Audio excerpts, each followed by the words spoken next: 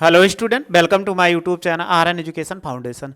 हम आपको पढ़ा रहे थे सदिश बीजगणित यानी लेसन 10। आप इसके पहले बेसिक जानकारियां ले चुके हो। 10.2 एक्सरसाइज के कुछ क्वेश्चन सॉल्व किए। जो मेथड आपको नहीं बताया वो आगे चल के भी बताएंगे, लेकिन तब भी हमने एक तरीका आपको समझा दिया था कि कैसे किस क्वेश्चन में लगाते हैं। यहाँ पर क्वेश्चन हमें सूत्र नहीं रटना, क्वेश्चन ऐसा रटना, क्वेश्चन को सॉल्व करने का एक मेथड समझ लेना है।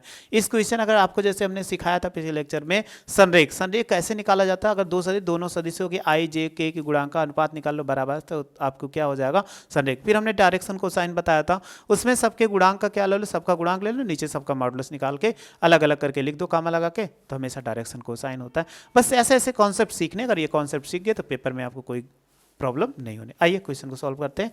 नेक्स्ट क्वेश्चन क्या है देखते हैं।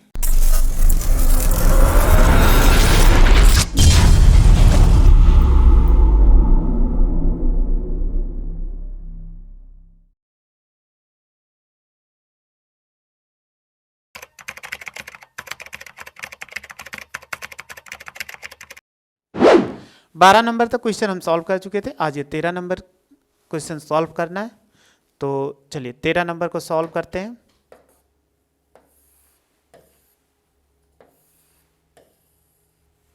देखो लिखा हुआ 13 नंबर में कि बिंदु ए है, ए बराबर कितना 1, 2, -3 है, ठीक। और बी क्या लिखा हुआ है कि -1, -2 और -1 हो जाएगा। को ए बी के ए से बी की तरफ डिश सदिश का डायरेक्शन कोसाइन ज्ञात कीजिए। मतलब ए बी ज्ञात करो, ए बी का डायरेक्शन कोसाइन ज्ञात करो। तो हमने एक चीज आपको बताया था, भाई डायरेक्शन कोसाइन आप आसानी निकाल लोगे। अगर इसको लिखा है बिंदु तो आप ओ ए लिखो, तो ओ ए बराबर आई कैप प्लस 2j कैप और -3k कैप। अगर हम ओ बी निकालें तो ओ बी बराबर कितना, ये -i कैप -2j कैप और माइनस कितना k कैप, ये प्लस k कैप, ये हो गया। तो हमें a से b की ओर निकालना है, तो ए बी वैक्टर बराबर दिशा कर रहा है a से b की ओर। तो अभी हमने पीछे बताया था ओ बी माइनस क्या लिखते हैं, ओ ए। जब शीर्ष दिया हो हमेशा आई जे ना दिया हो तो हमेशा ओ ए और ओ बी लिखे। चलिए वैल्यू पुट करो, आई कैप -2j कैप और प्लस k कैप, ये हो जाएगा। फिर माइनस इस पे रखेंगे, आई कैप प्लस 2j कैप और -3k कैप। अगर आप गुणा कराओगे तो ये कितना दे देगा, सपोज कर लीजिए जब गुणा कराओगे तो आई कैप -2j कैप और प्लस k कैप। अगर इसमें आई कैप हो जाएगा और -2j कैप और प्लस कितना 3k कैप हो जाएगा। देखो आई के साथ आई घटाओगे तो कितना हो जाएगा, 0 आई कैप हो जाएगा। 2 2 कितना -4j कैप हो जाएगा, 3 1 4 4k कैप हो जाएगा। 0 वालों को हटा सकते हैं तो हम ऐसे लिख सकते हैं, इसमें अगर कहीं 0 मिल जाए तो 0 को हटा सकते हो, तो 0 या ऐसे लिखा रहने दीजिए, कोई समस्या नहीं, क्योंकि नहीं तो आप निकाल नहीं पाओगे या निकालना होगा। चलिए इसको ऐसे लिखा रहने देते। अब हमारे पास ए बी का सदिश आ गया, तो ए बी वैक्टर इसका तुरंत आप मॉडुलस निकाल लो। अगर मॉडुलस ए बी वैक्टर निकालेंगे तो ये क्या हो जाएगा, √0 का स्क्वायर और -4 का स्क्वायर और प्लस कितना 4 का स्क्वायर। जब निकालोगे 0 का 4 चौक 16 और 4 चौक 16, जोड़ो कितना 32। अगर 32 आ गया तो 32 को क्या लिख सकते हो, 16 × 2 लिख सकते हो कि नहीं, तो 4√2 आ जाएगा, यानी 4 चौक 16 2 आ गया। इतना आ चुका तो हमें क्या ज्ञात करना है, ए बी का दिक् कोसाइन। ए बी वेक्टर का दिक् कोसाइन, यही आपको ज्ञात करना। तो अभी हमने फार्मूला आपको पिछले लेक्चर में 12 नंबर बताया, सेम हुई है। तो देखो 0 बटे कितना ए बी मॉडुलस होगा कि नहीं, हमने ले लिया कॉमन। इसके बाद -4 बटे कितना लिखा, ए बी मॉडुलस, क्योंकि जो इसके गुणांक ले लीजिए 4 है। फिर इसके बाद कॉमा लगा के 4 बटे कितना ए बी वैक्टर मॉडुलस। ये चीज़ आई जे के गुणांक ले लो, सबको उसका मॉडुलस यानी परिमाण ले लो, तो परिमाण ले लो। ये 0 से भाग करो या 0 बटे कितना 4√2 हो जाएगा, कामा -4 बटे कितना 4√2, वही हम वैल्यू निकाले हैं। और 4 बटे कितना 4√2 हो जाएगा। ये इससे कट गया, ये इससे कट गया, इससे इसको भाग करोगे तो 0 आ गया और -1/√2 आया, और ये कितना आ गया 1/√2 आ गया। तो ऐसे कोई भी आपको मिलता है तो बहुत आसानी से डायरेक्शन कोसाइन ज्ञात कर सकते हो। अभी आप परेशान मत होइएगा, डायरेक्शन कोसाइन आपको बहुत अच्छे से पढ़ाएंगे, क्योंकि 3 डायमेंशन में है, वहाँ अच्छे क्वेश्चन, यहाँ 1 आध 2 क्वेश्चन है। तो आप स्क्रीनशॉट आप ले लीजिए, ले लिए होंगे स्क्रीनशॉट, एक से हम रफ कर देते हैं।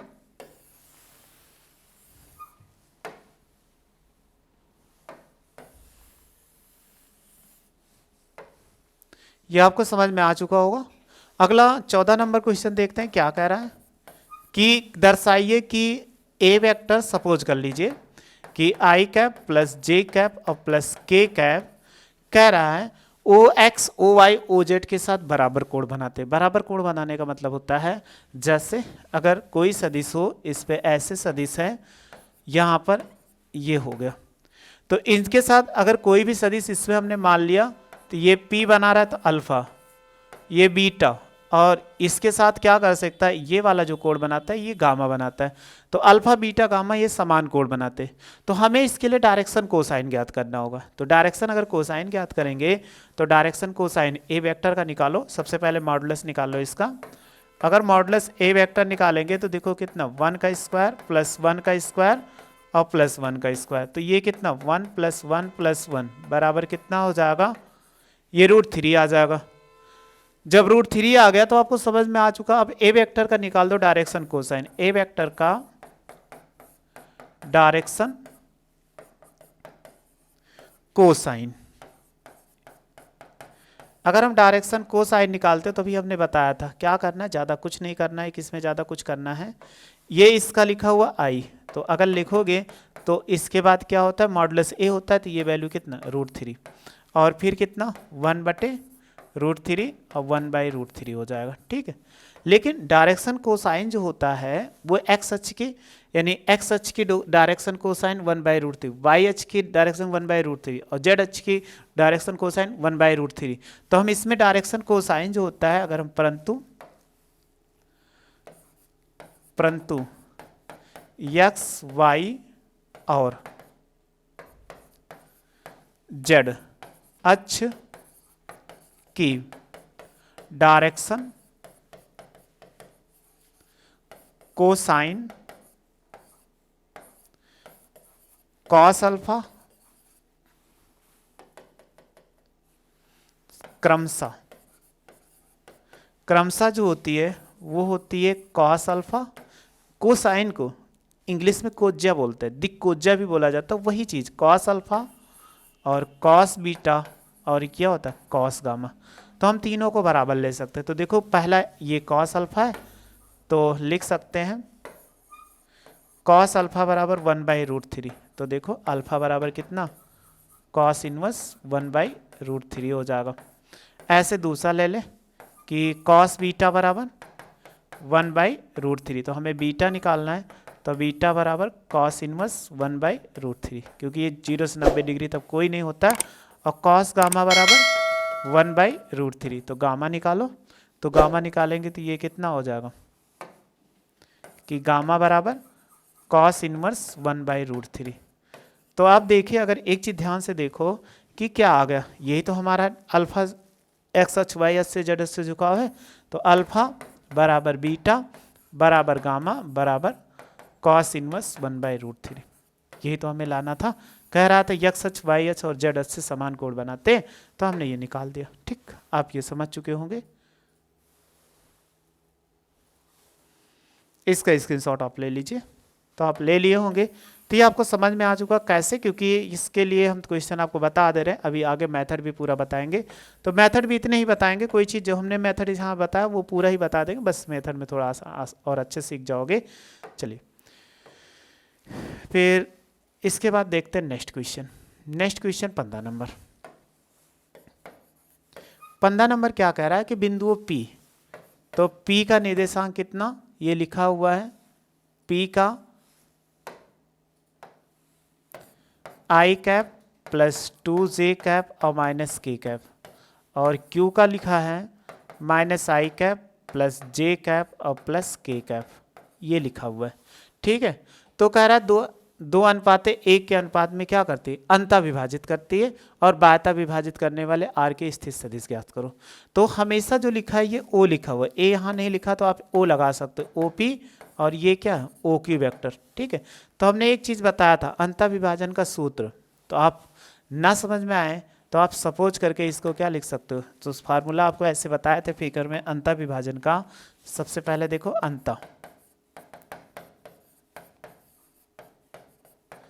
अंता विभाजन का सूत्र आपको बताए थे कि कोई भी सदिश लिखा हुआ है तो ओ आर वेक्टर बराबर, यानी ऐसे एक बना के लिख देते हैं, ये P हो जाए, ये O हो गया, ये Q हो जाए, ये R हो जाए। तो हमें ओ आर का ज्ञात करना था, तो ये कितना था, m अनुपात n।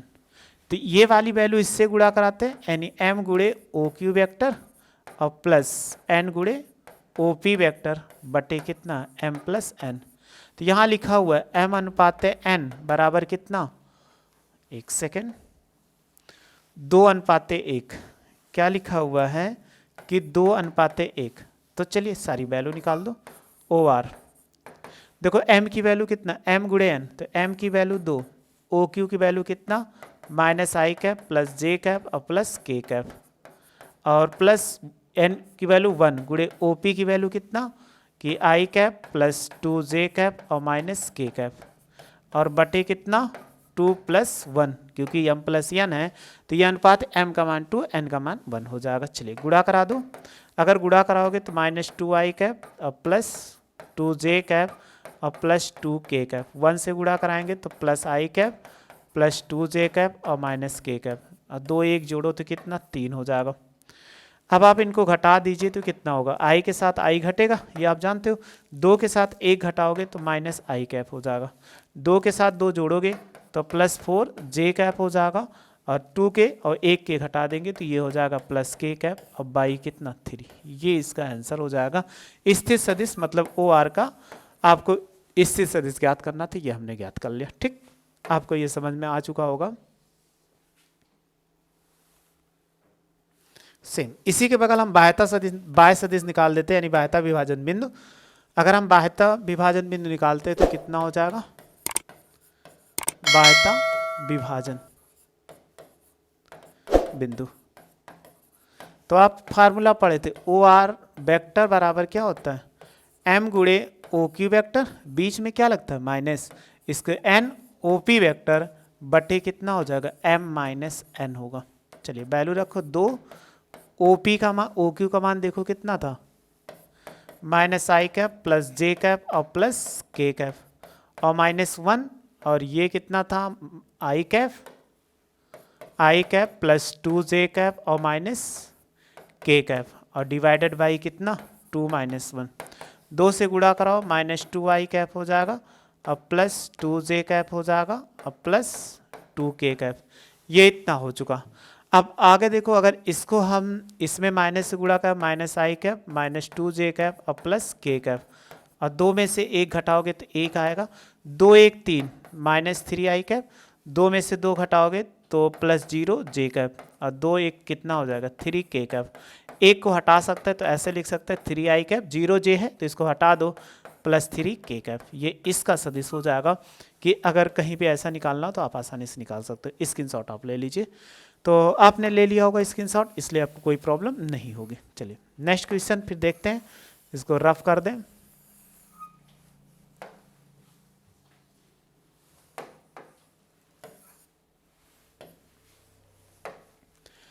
हो गया हमारा दोनों, कह रहा मध्य बिंदु का सदिश ज्ञात करो, तो इसके लिए कोई प्रॉब्लम नहीं है। मध्य बिंदु के लिए अगर हम ज्ञात कर लें कि 16 नंबर क्वेश्चन है, लिखा हुआ 2 बिंदु P का 2i यानी 2 ऐसे लिखा हुआ है, 2, 3, 4, और Q का लिखा है 4, 1, -2। मध्य बिंदु का सदिश ज्ञात कीजिए।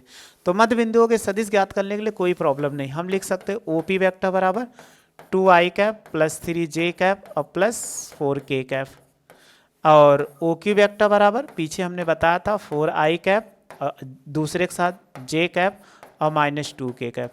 अगर मध्य बिंदु का सदिश निकालो तो कितना हो जाएगा, मध्य बिंदु का सदिश, तो इसको अगर लिख सकते हो OR वेक्टर बराबर क्या हो जाएगा, OP वेक्टर और प्लस OQ वेक्टर। बताए थे ना एक फार्मूला कि बाई 2, ये तो बताए थे A प्लस मध्य बिंदु का A प्लस बी बाई 2, तो आप दोनों की वैल्यू रख के जोड़ दो।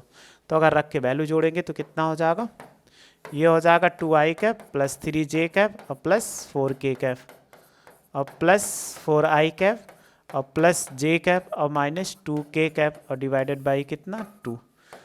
4 में 4 है यहाँ पर 2, 4 2 6i कैप, 3 में 1 जोड़ो 4, 4k कैप हो जाएगा, और 4 में से 2 घटाओ टू के कैप हो जाएगा प्लस और बाई टू, 2 कॉमन ले लेंगे तो 2 कॉमन लेने पे 2 तिहाई 6 3 आई कैप, 2 दूनी 4 2 जे कैप हो जाएगा, अब प्लस के कैप, अब बाई कितना 2, 2 से 2 कैंसिल आउट हो गया, तो लिख सकते हैं 3 आई कैप प्लस 2 जे कैप और प्लस के कैप, ये इसका आंसर हो जाएगा। तो बस ऐसी क्वेश्चन करते हैं, कोई समस्या आपको नहीं आने वाली क्योंकि मेथड आप सीख चुके हो, तो मेथड सीखे हो तो क्वेश्चन में आपको कोई परेशानी नहीं होने वाली। चलिए फिर एक कह रहा है ABC कह रहा है इसके समकोण त्रिभुज के शीर्षों का निर्माण करते हैं, दर्शाइए कि एक समकोण त्रिभुज के शीर्षों का निर्माण करते हैं। चलिए कोई भी प्रॉब्लम नहीं है आपके, ABC बिंदु दिए गए, ए वेक्टर बराबर कितना, कह रहा है बिंदु के स्थित सदिश है, देखो कह रहा है क्रमशः स्थित सदिश है, तो ए वेक्टर बराबर कितना निकालना है, कि अगर ए वेक्टर है तो ये लिखा हुआ है 3 आई कैप और माइनस 4 जे कैप और माइनस 4 के कैप हो जाएगा, और बी वेक्टर बराबर कितना लिखा हुआ है 2 आई कैप और माइनस जे कैप और प्लस कितना के कैप लिखा हुआ है, और सी वेक्टर बराबर लिखा हुआ है ये हो जाएगा आई कैप माइनस 3 जे कैप और माइनस 5 के कैप। कह रहा है समकोण त्रिभुज के शीर्ष है कि स्थित सदिश ए बी सी के स्थित सदिश दिए गए हैं, ना कि इनके आपको सदिश दिए गए। स्थित सदिश का मतलब है ओ ए दिया गया, मतलब ये जो दिया है वो ओ ए दिया है, ओ ए वेक्टर और ये कितना ओ बी वेक्टर और ये कितना ओ सी वेक्टर है, तो हमें ए बी बी सी सी ए निकालना होगा। तो सबसे पहले निकालो ए बी वेक्टर, तो क्या लिख सकते हो ओ बी वेक्टर और माइनस ओ ए वेक्टर, तो आपको क्या लिख सकते हैं बी वेक्टर और माइनस ए वेक्टर, घटा दीजिए। तो देखो डायरेक्ट या घटाओ या ऐसे लिख दो 2 आई कैप माइनस जे कैप और प्लस के कैप, जब ए रखेंगे तो सब चिन्ह बदल देंगे, तो ये हो जाएगा माइनस 3 आई कैप और प्लस 4 जे कैप और प्लस 4 के कैप।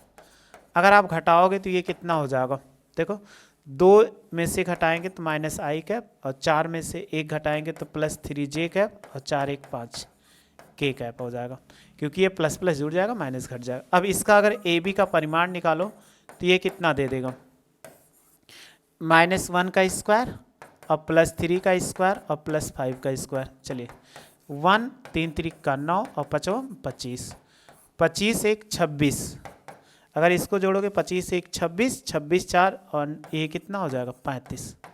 ऐसे छोड़ दीजिए, कोई हमें समस्या नहीं।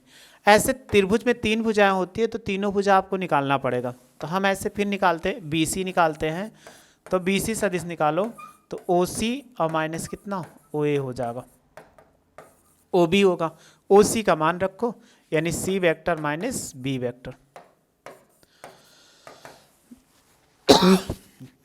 अगर वैल्यू पुट करोगे तो ये हो जाएगा आई कैप माइनस 3 जे कैप और माइनस 5 के कैप, फिर माइनस जब इसमें रखेंगे तो माइनस 2 आई कैप और माइनस से प्लस जे कैप हो जाएगा और माइनस के कैप हो गया। ये इतना आपको समझ में आ चुका। अब सबके साथ घटा दीजिए, आई के साथ आई घटाएंगे तो माइनस आई कैप, 3 में से घटाएंगे माइनस 2 जे कैप और 5 एक कितना 6 हो जाएगा के कैप, सब पे माइनस आ जाएगा, उससे कोई समस्या हमारे पास नहीं है। हम निकाल लें BC वेक्टर, मॉडुलस निकालेंगे तो मॉडुलस निकालो तो कितना होगा, ये हो जाएगा -1 का स्क्वायर और प्लस -2 का स्क्वायर और -6 का स्क्वायर, तो निकालो कितना होगा 1 का वर्ग करोगे 2 दूनी 4 6 36, 36 4 40 एक कितना 41 आ गया।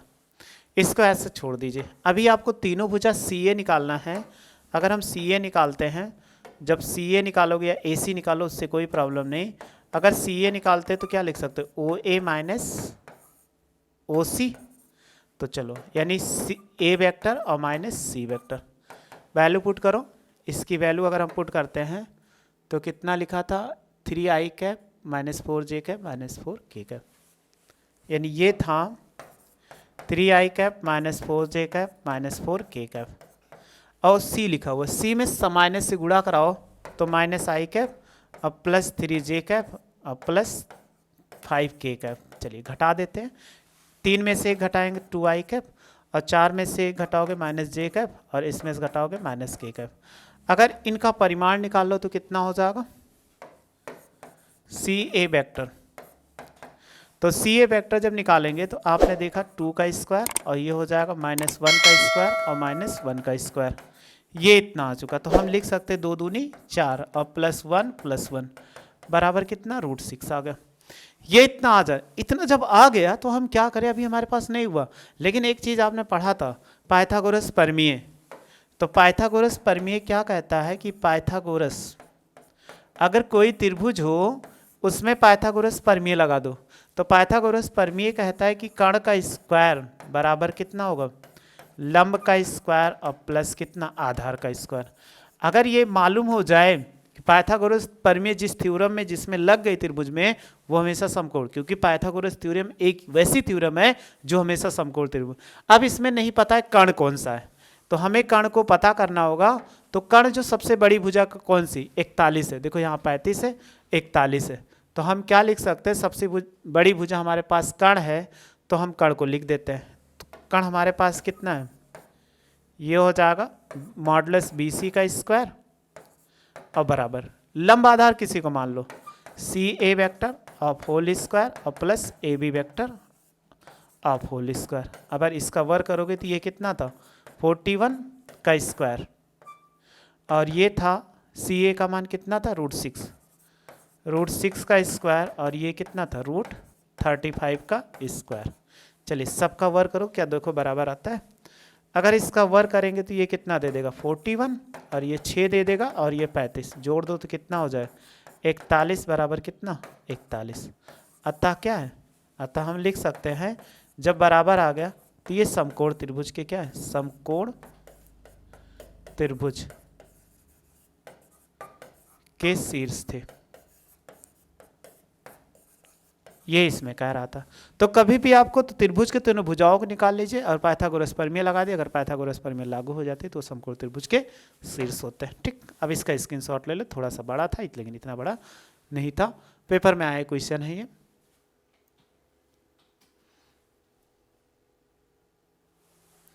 ये क्वेश्चन नंबर 17 था।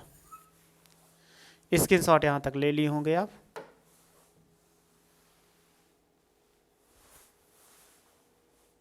ये भी आप ले लिए होंगे और ये भी ले लियो, तो आपको अच्छे समझ में आ चुका होगा।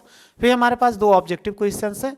तो इसमें कह रहा त्रिभुज ABC के लिए सत्य है। तो आप देखो अगर सत्य होंगे तो कैसे सत्य होंगे, A से B की ओर एक सदिश गया, देखो यही सदिश तीर बना, B से C की ओर एक तीर गया तो B से C हुआ, लेकिन A से C गए, ये तीर देखो A से C है, ये इस तरफ तीर था, ये इस तरफ था, तो A से हेड, इसका टेल आके जुड़ा इसलिए BC बराबर क्या होगा, AC होगा।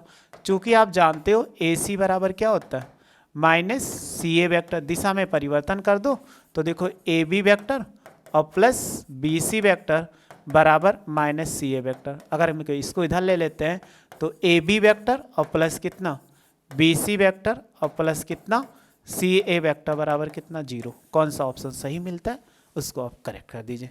AB BC CA, ये ऑप्शन क्या है, करेक्ट है, क्योंकि इसमें तीनों आपस में क्या है, प्लस है, यहाँ गलत निशान लगा हुआ, इसके लिए आप परेशान मत होइए कि AB vector plus BC vector plus CA vector अगर आपको ऐसे मिलेगा तो वो सदिश है। चलिए A और B 2 संरेख सदिश है जिनके लिए निम्नलिखित कौन सा कथन सत्य नहीं है।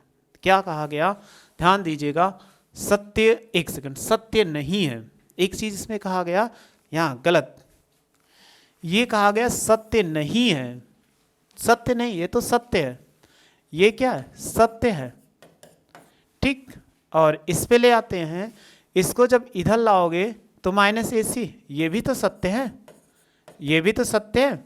और आपने देखा AB वाले को अगर BC इधर करे तो ये माइनस, ये भी तो सत्य है, ये भी सत्य है। लेकिन CA अर्थात ये ऑप्शन जो आपको लगाए थे, ठीक, ये ऑप्शन आपका क्या है, इसमें यही ऑप्शन आपका क्या होगा, करेक्ट होगा, ये ऑप्शन करेक्ट होगा, क्योंकि ये क्या असत्य है। ये तो पूछ रहा है कौन सत्य है, क्योंकि BC लिखा हुआ CB करोगे तो ये करेक्ट ऑप्शन है, इसमें कोई समस्या नहीं है, इसलिए तीनों यही सत्य, यानी C ऑप्शन सही होगा। इसमें भी कह रहा है सत्य नहीं है, B वेक्टर बराबर लैम्डा A वेक्टर, अभी हमने बताया था, इसलिए सत्य है। ठीक है, A बराबर प्लस माइनस B पे, A और B क्रमागत समानुपाती नहीं होते हैं, तो A और B समानुपाती नहीं, क्रमागत घटक समानुपाती नहीं होते हैं।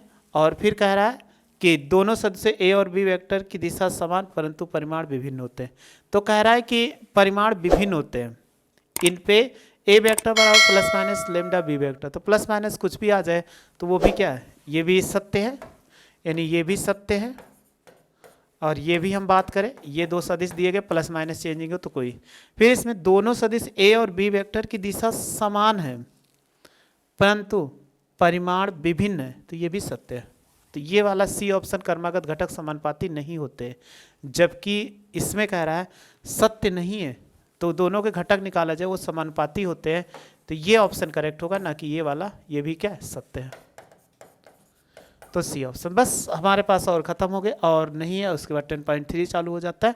बस इतने ही क्वेश्चन थे, आसानी से आप सॉल्व कर लिए होंगे। इसमें सारे क्वेश्चन का एक्सप्लेन कर दिया, कोई क्वेश्चन छोटा नहीं है कि छूटा हुआ है, आप अच्छे से पढ़ सकते हो और समझ सकते हो। कोई क्वेश्चन में प्रॉब्लम हो तो आप देख सकते हो वीडियो अच्छी लगी हो तो लाइक से सब्सक्राइब करिए, वीडियो देख लें। Thank you so much.